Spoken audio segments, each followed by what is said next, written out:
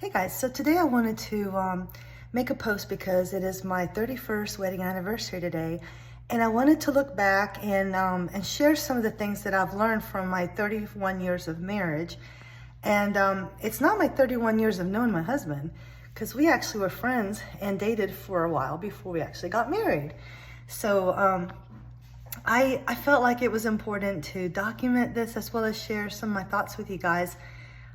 Maybe those of you who are newlyweds, or maybe you are at a place at crossroads where you have to make some difficult decisions. And so I wanted to kind of share some of my thoughts on how it was that I was able to be with the same man for more than 31 years and still be happy. That's really the key. I'm not miserable, so that's really important. Number one, I think I just got lucky. That's part of it. I'm really blessed to have a wonderful husband, that we found each other. So to some extent, there is some luck elements there. Very much so, because I dated a lot of different people, and I think that helped. As we teach our children when they're trying to, pick their companion, hopefully their lifelong companion, one of the things that you need to explain to them is that they need to learn what they want, what they need. It takes dating a few people, different people, to kind of get an idea of what you want, because you don't really know. The romanticized notion of the, love at first sight and all that on TV is awesome, and it's fun to watch. But in reality, true love takes time, and it takes effort to maintain, just like any relationship. And so as we teach our children, by example, first of all, but secondly, by hopefully talking to them and asking them, when you get married, what is the role that you want? Do you want to stay home with kids, or are you going to be wanting to be a working parent? That's important. Financial things are very important as well. So my sweet husband is an attorney and does mostly bankruptcy law. So he knows the do's and don'ts of that and how it affects a marriage. Two of the key components that he noticed in his clients that often leads to divorce is, number one, if they don't share the same bank account, and that is one key factor, red flag. The second thing he's noticed is that when the wife does not take on the husband's name. I know that's old-fashioned, but if you think about it, sorry, my thing is swaying so much, I'm not sure why. If you think about it, if you are not expecting for it to last, subconsciously, you're not going to want to change your name. You see what I'm saying? So it's almost like you're setting yourself up for failure, and that's not good. The same goes for a shared bank account. If you don't have a shared bank account, again, you're thinking, well, if we ever get divorced. So if you're thinking about that, then obviously your mind is not in the right place, and the commitment level is not there. So to me, those are really key things, and those are some of the things he's noticed that he shared with me.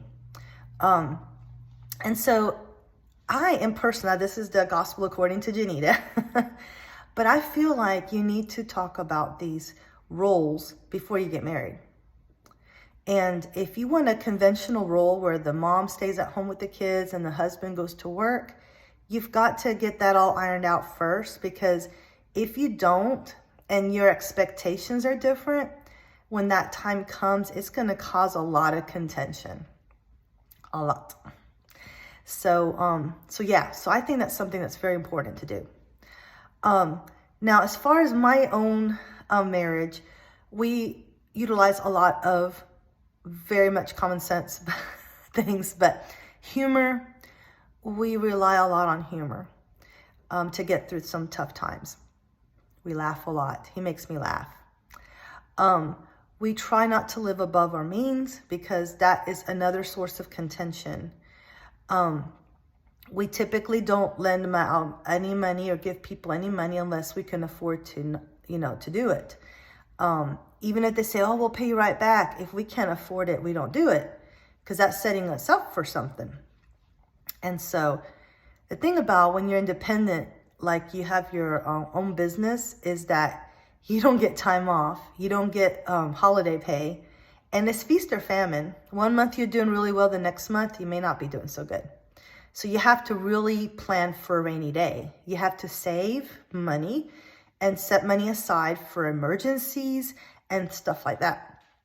So again, financial stuff can be a big source of contention among couples. And so that is something that you can kind of help prevent by prevention in the first place, so that you don't go there. Because that is really, really a huge source of contention with a lot of couples.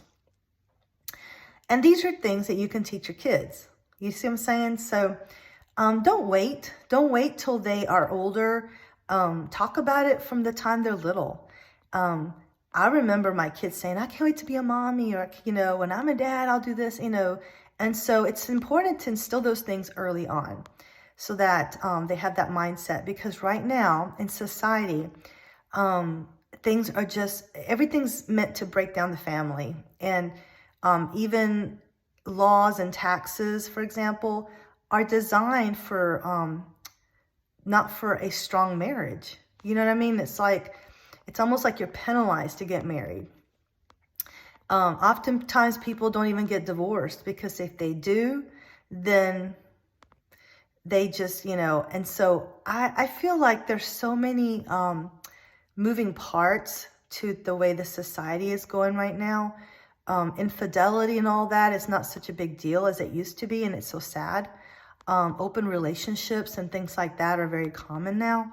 And so I think that it's important to hold on to the values that we know are going to be conducive to a long and lasting relationship. Because if we don't do it, they're not going to get it elsewhere. Trust me, they're not.